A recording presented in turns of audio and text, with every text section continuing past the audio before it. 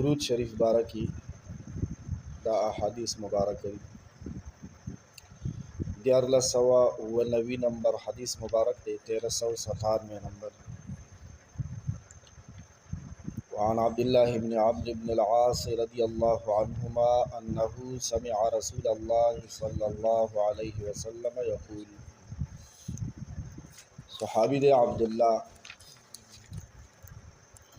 صحابی نم دے عبداللہ، پلار نم دے عمر او د نیکه نم دے عاص.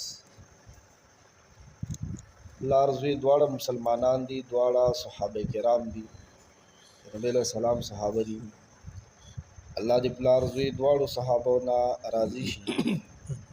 الله پاک دې دواړه د خپل ځان نه راضي کړي. زما او ستا او د ټول امت د طرفه دی ول الله پاک بهترینه بدله ورکړي. او دا عبدالله رضی الله عنه مفتیان او صحابه کرامو کې دي. نبی علیہ السلام دور کې با دوی نه د فتوی تپوس کېدو، دی و فتوا ورکوله. د ډېرې اوچتې مرتبې صحابي دی. دوی نه روایت ته انه سمع رسول الله صلی الله علیه وسلم یقول.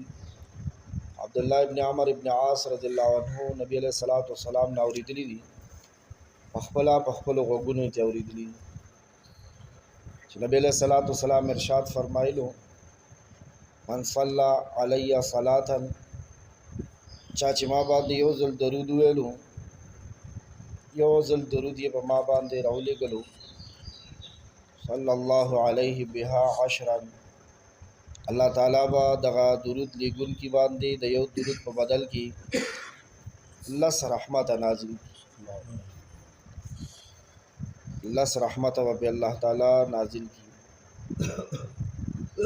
رواه مسلم، دا حدیث امام مسلم رحمه الله صحیح مسلم شریف کې ذکر کړی دی. یو روایت کې راغلی دی نبی علیہ السلام داغي حدیث راوی حضرت عامر ابن ربیعہ رضی اللہ عنہ دی. دا دلس رحمتونو حدیث کو عبداللہ ابن عمر ابن عاص روایت کو کنا. یو بل حدیث روایت کون کے سیدنا حضرت عامر ابن ربیعہ رضی اللہ عنہ دی. عقید نبی علیہ السلام دا ارشاد نقل کرے دے چې کوم کس ما باندې یو ځل درود ولیږي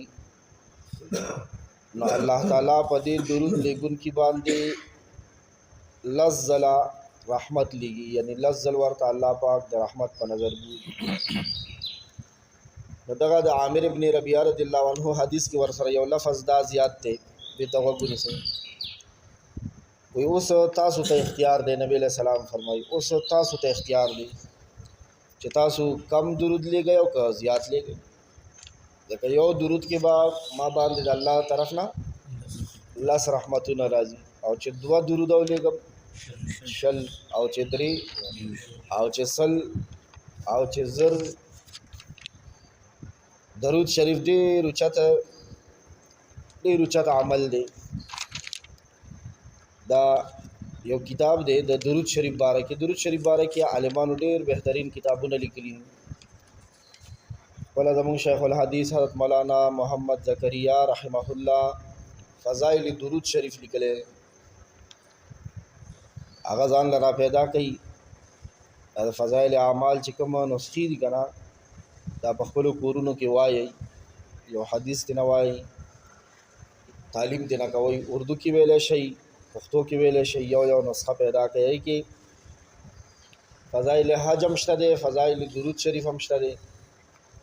دغه شان القول البدیع فی الصلاة علی الحبیب الشفیع صلی الله علیه وسلم یو کتاب دی، هغې کې د درود ګټې بیان کړي دي، فضیلتونه.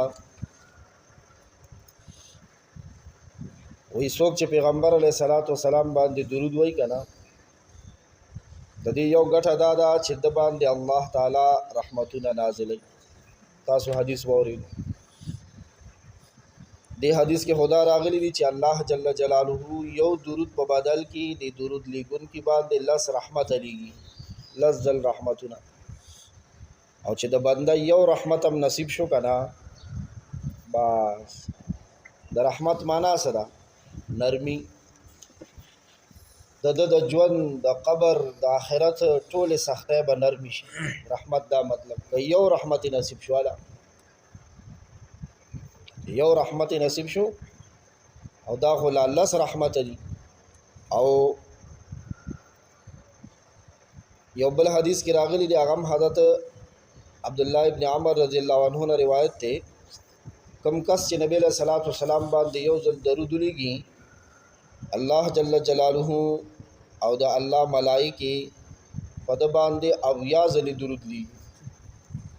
دا روایت کې د اویا عدد راغلی دی، الله او د الله ملائکه په اویا ځل رحمت لګي. اویا ځل د یو درود په بدل کې درود داسې د الله خوښ ذکر دی. نو سوال دا دی چې یو حدیث کې لس رااله بلکې اویا رااله، نو د دې جواب ویدا دی چې د الله جل جلاله رحمتونه د نبی له سلام په امت باندې ورځ په ورځ به زیاتېده. کوم روایتو کې چې د لس عدد راغلی دی کنه چې یو درود باندې لس رحمت دي، نو دا د اول زمانه خبره و د شروع کی، بعد کې بیا عدد الله پاک زیات کو د لسو په ځای اویا کو. نو یو درود چې څوک لګي اویا رحمتونه په الله پاک او د الله ملائکه لګي. او دویم جواب بدا دی چې نه، دا بعضی علما وایي چې دا اشخاص احوال او اوقات سره خاص دي. ځینې کسان چې درود شریف وایي نو هغې ته د یو درود په بدل کې اویا رحمت ملاوي. ځینې حالتونو کې چې وایي یا ځینې وختونو کې چې وایي په هغې باندې اویا رحمتونه ملاوي. او یو دریم جواب دا دی چې د اویاو والا حدیث چې دی د دې تعلق د جمعې شواروز سره دی. د جمعې په شواروز کې د درود شریف قیمت او ویلی او نور هم بړاو شي. نو یو درود ویلو باندې اویا رحمت نازلېږي. درود شریف چې خپل پیغمبر صلی الله علیه وسلم باندې کوم خوش نصیب امتی لګي، نارینه او که زنانه، نو الله جل جلاله په د باندې رحمتونه نازلای، ملائکه ورته دعا کوي، پیغمبر علیه الصلاۃ والسلام په خپل دوی ته دعا کوي. موږ مخکې ویلو بیا وایو د خلا او فضا په د ځمکه مخ باندې د اسمان لاندې ځینې ملائکه دي لامبو وهي په د فضا کې په هوا ګرځي. هغه الله په خاص دې لپاره مقرر کړی دي چې کوم ځای کې څوک محبوب پیغمبر صلی الله علیه وسلم باندې درود لګي، نو دا ملائکه دغه درود ویون کې د خلینا دا درود شریف ډیر په عزت سره اخلي او د ډاله په شکل کې مدینه طیبه کې دغه ملائکه بیا فوري طور باندې د نبی له صلوات و سلام روضه مبارک تزان ورسي او د خپل شان مطابق قبر مبارک ته دننه ننوزي. او په قبر مبارک کې زموږ استاد خو پیغمبر صلی الله علیه وسلم ژوندې دي، حیات دي، ورته دا درود شریف ووري په فلانی وطن کې فلانی د فلانی زوی پتا باندې درود شریف ویلې. نبی علیہ الصلوۃ والسلام ورته په قبر کې دننه دعا کوي د بخنی. الله دې مونږ او تاسو ته د الله او د رسول محبت را نصیب کړي. الله پاک دې مونږ او تاسو ته د الله او د پیغمبر صلی الله علیه وسلم عشق را نصیب کړي. دا څه خبره اورېدو سره بیا په مونږ او تاسو باندې بهوشي راتله د خوشاله. اوس و به پیم نشو چې استاد جی سو ویل الله پرستو بیا مرګر نه تاسو کو سی ویل. او بلم د دې یو قدم مخکې لاړ شه. یو ملائکه الله پاک پیدا کړی دا، او ملائکه خو زمونږ ایمان شته کنه، آمنت بالله و ملائکته، ملائکه بشمار دي او د دې ډیپټیان الله پاک لګولې دي. نو وورا یو ملائکه الله پاک پیدا کړی دا د نبی له صلوات و سلام د قبر مبارک سره ناسته دا روزه اطهار سره پاک روزه مبارک سره.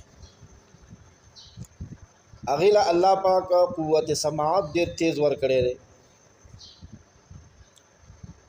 په دې سا والا څیزونو کې د بعضې سا والا څیز جاندار څیز یو قوت زیاتی، د چا بل حس زیاتی، د چا بل حس زیاتی. د میږي د سپېږمو د بوی لیبارټري ډېره تیزه ده، د لرې نه د پراټې بین راکاږي. 4 میلو کې شیخ صاحب وایي. او د دغه ملائکې قوت سماعت الله پاک د ټول مخلوق نه تیز پیدا کړی دی. قوت سماعت د اورېدو موږ او تاسو په سترګو اورو که نه؟ په سترګو اورو که نه؟ ما سره اوسئ، ویم کور د غنمو ډک کا په غوږونو باندې. نو د ملائکې قوت سماعت الله تیز پیدا کړی دی. د ټول دنیا د ټول مخلوق نه د دغه ملائکې د اورېدو طاقت تیز دی. د اوس وخت کې زمونږ او ستاسو د څه شي طاقت زیات دی؟ د بل په جیب کې پیسې شمارل. دومره هنرمند دی ما چې د بل جیب کې پیسې څه کولی شم. د ده په کور دومره تنخواګانې را روانې،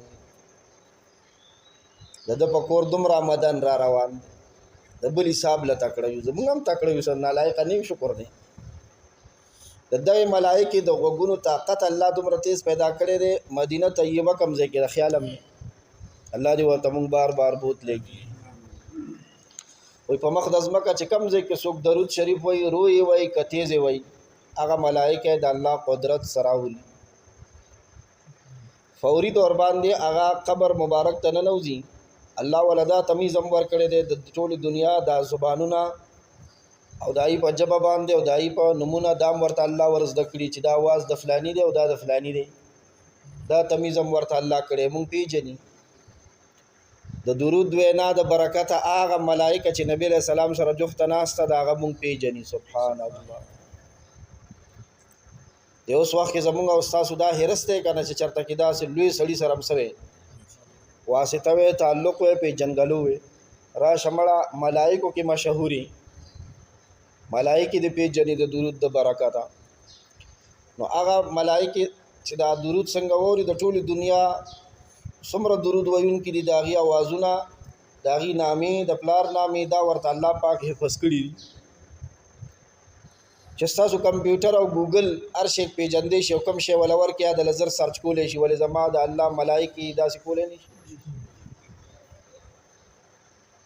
نو فوري طور باندې هغه ملائکه قبر ته ننوځي، د خپل شان مطابق نبی علیہ الصلوۃ والسلام ته سلام وکړي او بیا وایي وی دې ټایم کې ما سیزو د کلی نه فلانی ماما، فلانی کاکا، فلانی ځوان، فلانه خور تاسو باندې فلانه لور درود راولېږلو. درود شریف یو داسې ذکر دی، یو داسې دعا ده چې دا رد کېږي نه، دا قبلېږي. ما خو د درود شریف ډېر فضیلتونه لیکلي خو بس صحیح ده نو طالع وهی نو یا ارحم الراحمین. اللهم